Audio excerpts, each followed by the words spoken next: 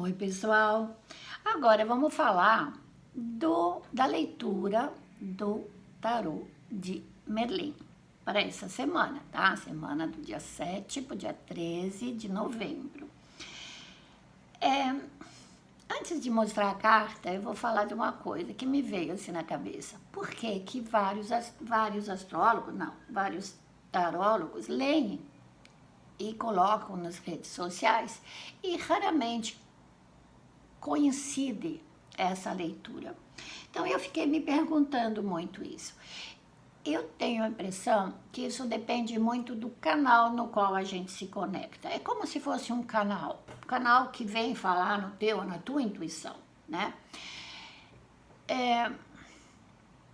Dificilmente uma pessoa, eu, por exemplo, não sou uma pessoa negativa, eu não sou uma pessoa que vê o copo meio vazio, eu não olho as catástrofes, eu olho o que nós devemos aprender com essa mensagem, ou o que eu devo aprender com esse desafio. Então, eu tenho sempre uma leitura mais otimista. Sou pisciana e tenho Sagitário no meio do céu, para quem entende de astrologia. Então, é normal para mim ter fé, achar que as coisas vão melhorar, enfim. E não é fuga, tá? Não é fuga. É olhar a coisa só de um lado, porque cada um de nós tem só um lado para olhar a coisa. A gente não consegue olhar todos os lados da mesma questão, apesar de que a gente deve mesmo analisar as coisas de vários lados antes de emitir uma opinião. Mas voltando à carta que eu peguei hoje, é uma carta que eu já apresentei várias vezes, eu sempre coloco aqui uma mãozinha ou eu coloco uma censura, porque esse moço, esse senhor de barba comprida, de chifres na cabeça, no meio da natureza, como se ele mandasse na natureza, ele manda na natureza. É ele chamado número 10, o guardião, que é a carta que corresponde ao diabo nos outros tarôs. Vou ver se eu acho uma carta do diabo só para vocês verem. Quando a gente fala diabo, a gente fala assim de uma forma tão negativa, né? Normalmente, a gente fala assim, ai, o que faz o diabo? O diabo rege a materialidade, rege nossas ambições, rege nossos desejos, rege também o ciclo da natureza. Então, a gente não pode analisar essa carta de forma negativa, né? Eu vou mostrar para vocês o diabinho que tem no Aleister Crowley, né? Na carta do Aleister Crowley, no tarô, né? Do Aleister Crowley, que é o tarô de Thoth, é o tarô que eu ensino. Então, quem quiser, no comecinho do ano que vem, vai ter curso sobre o tarô de Thoth. Quem sabe eu ensino também o tarô de Merlin, né? Que não é muito comum de encontrar. E as cartas dele, eles têm uma outra correspondência numérica.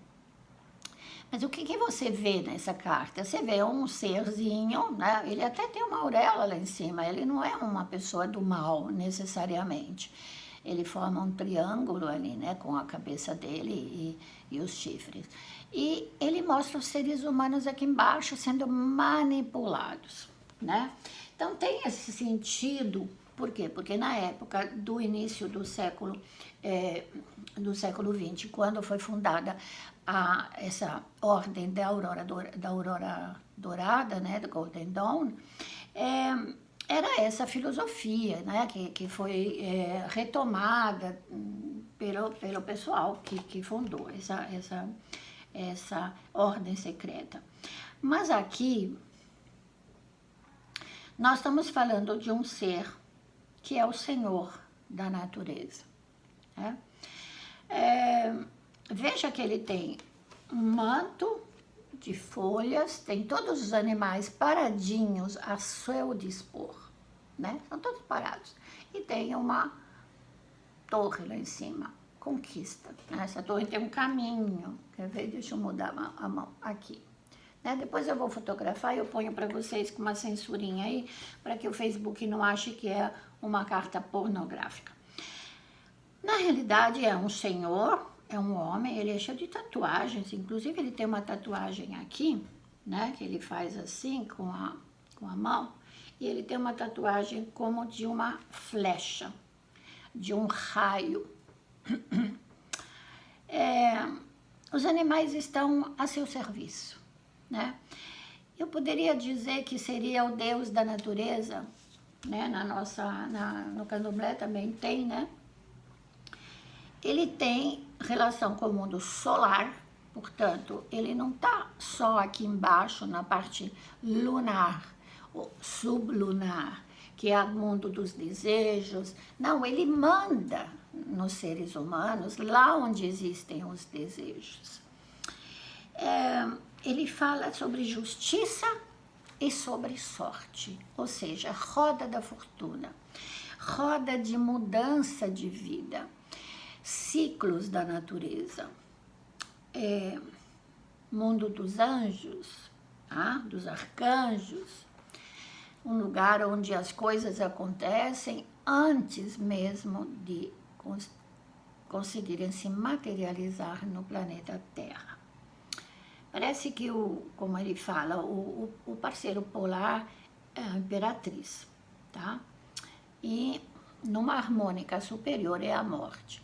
Por quê? Porque o que ele fala, né? É o Merlin que fala. Ele fala assim, depois da morte, a natureza se regenera, né? Não esquecendo que a gente vê mais isso no hemisfério norte ou no hemisfério sul, mas mais ao sul dos trópicos, né? Se a gente fica entre os trópicos ou até no Equador, essas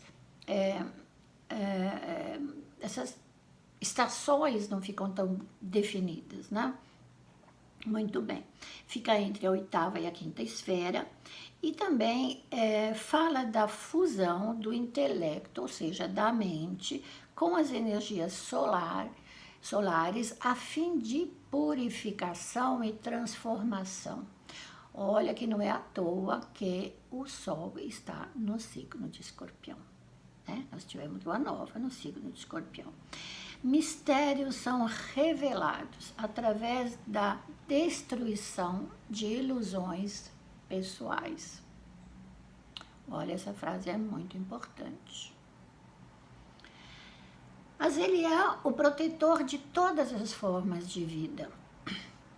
Do mesmo jeito que ele destrói as coisas falsas, ele faz renascer outras coisas para serem colocadas no lugar. Então é bom entender que essa carta é uma carta de modificação, de transformação, te dá a capacidade de enxergar claramente as coisas que você antes não enxergava. É ruim você ser manipulado? Não, manipulado pela força dessa natureza, do qual você está incluído. São energias de purificação. É uma busca de um novo equilíbrio, retirando da mente as ilusões. Isso é importante, muito importante. Marca o ingresso como se fosse cruzar um abismo, cruzar um momento. Talvez estejamos exatamente isso, cruzando o abismo, tá? É claro que a gente vai ter que fazer isso com fé, né? Ninguém anda nas pedras como Cristo, né? Como é que é andar em cima das águas, né? Bom, a gente infelizmente não sabe ainda fazer. E existem perigos quando a gente cruza, né? Mas na realidade você tem que recorrer às suas habilidades, porque a própria natureza faz isso, né? As plantas, os animais, né? Em alguma situação, algumas leituras, quando são particulares, essa carta também indica magia, né? Magia é o alcance de talentos mágicos, a necessidade de conhecer melhor a natureza das coisas que existem, né? Como elas se manifestam, tá? E muitas vezes você vai encontrar a solução para os problemas ou as coisas negativas que existem na área da tua vida, que você vai aproveitar essa energia para dar essa virada, para descobrir, puxa, eu estava assim, não sabia para que lado me virar e de repente achei. Eu estava iludido que naquele caminho eu poderia alcançar o que eu queria. Não, você não vai alcançar daquela maneira. Você vai alcançar de outra forma, porque nesse momento o véu da ilusão vai cair e você vai descobrir outros caminhos, buscando os seus talentos. Todo mundo tem talentos, tá? Às vezes eles foram reprimidos quando você era criança. Toda criança, eu vejo criança sabe cantar, criança sabe dançar, criança não tem censura. A censura somos nós pais, educadores, sociedade, incutindo dentro da cabecinha da criança. Isso não pode, aquilo não pode. Fica quieto, está se mexendo demais. Imagina, cantar desafinado. E a gente vai botando na cabeça das crianças etiquetas, até a hora que a criança fica condicionada. É um pouco o que está acontecendo com a gente, com a nossa sociedade agora, por causa da pandemia, né? Estão colocando etiqueta, a gente acaba acreditando naquilo, porque estamos acostumados desde criança, tem sempre quem sabe mais e que vai dizendo, ah, a verdade é essa. Muitas verdades vão ser reveladas, prestem atenção. A outra carta é o 8, ok, é o 8 de serpentes, tá? São os dragões, né? Serpentes, ó, aqui, ó, serpentes entrelaçados, tem 6, 7, 8, né? Essa serpente, e aí ele fala expedientes são as habilidades, exatamente, eu estava falando de talento. Não sei se a gente poderia traduzir por expediente, mas sabe quando a gente diz, putz, procura uma maneira de sair dessa situação, né? É uma carta de fogo, portanto é uma carta de ação. Mas você vê, não é um dragão que está soltando fogo pelas ventas, né? Ele até, praticamente, ele se come, ele está enrolado como se fossem símbolos de infinito, tá vendo? Vocês sabem que a serpente, ela muda, né? A gente estava falando do signo de Escorpião, ela muda de pele, né? E o fogo é o expediente dessa mudança, da busca da luz criativa do sol, que ilumina a falsidade, que ajuda a gente a deixar para trás as coisas que não servem mais, que estão velhas. E uma coisa positiva. O número 8 é um número que na Cabala se relaciona com o planeta Mercúrio, portanto o intelecto, mas é intelecto e ação. Vamos agir com racionalidade para conseguir modificar as coisas e observar, aprender que nem tudo que nos é falado, nem tudo que nós lemos é verdadeiro, tá? Estamos num momento de transformação. Uma boa semana para todos. Namastê. Fique com Deus. Se inscreva aqui no meu canal e se vocês têm interesse em curso de tarô, comecinho do ano, vamos deixar passar esse fim de ano, porque vai entrar 2022, ano 6 da Cabala. Falarei sobre isso. Tchau. Inscreva-se aqui e ó o sininho. Tchau, obrigada.